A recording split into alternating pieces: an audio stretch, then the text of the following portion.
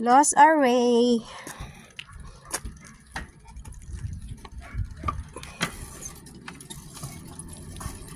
Nagala-gala kami guys.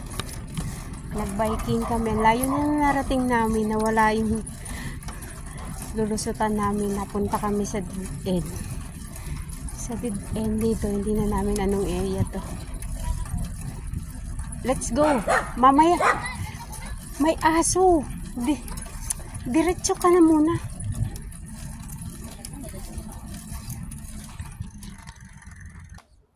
Nasa dead end tayo eh. Baka magtaka sila bakit may tao dito sa dead end. Let's go.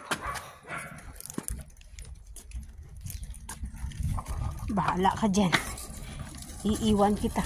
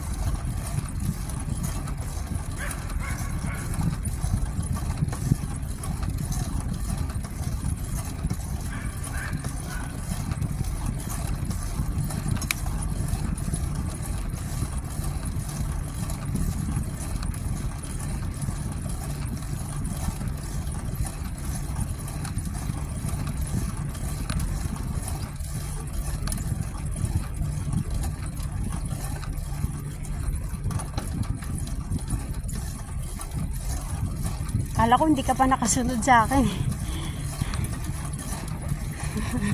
Bilisan mo na wala na tayo. Nabusog ako kakain ng ng berries tsaka yung apple na pinitas natin.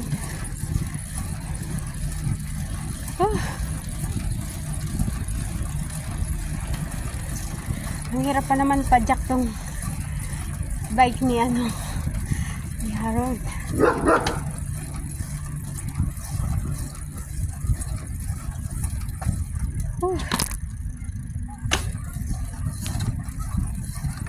Ganda ng tanawin dito. Puro apple gala dito sa side nito.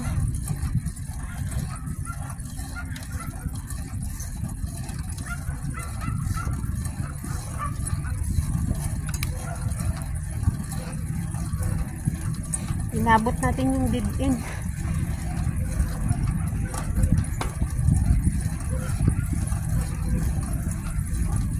Worth it naman yung pagbike natin kasi marami tayong na-discover. Let's go, baby. Ikaw lang. Bahala ka dyan.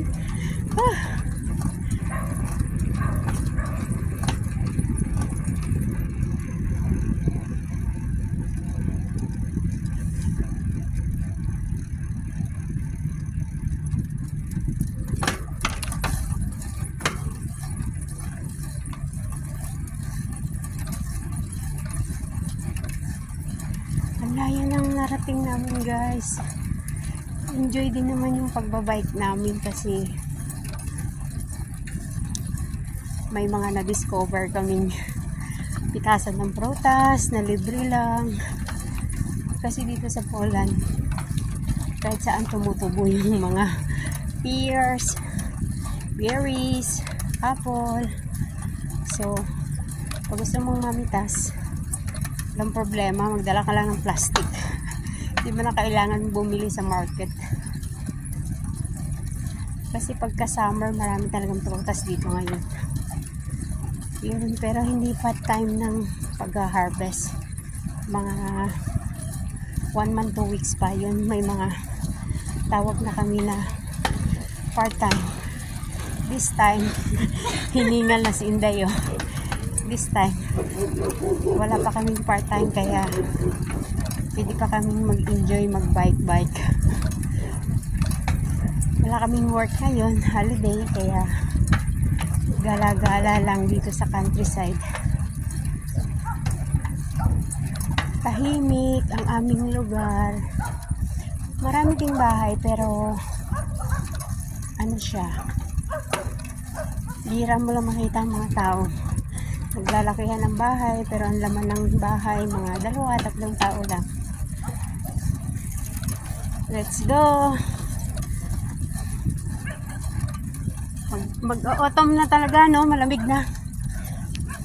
Bakit dito sa area na to ang lamig? Doon kanina hindi masyado. Lalabas na kami sa highway. Babalik kami sa dati naming ano,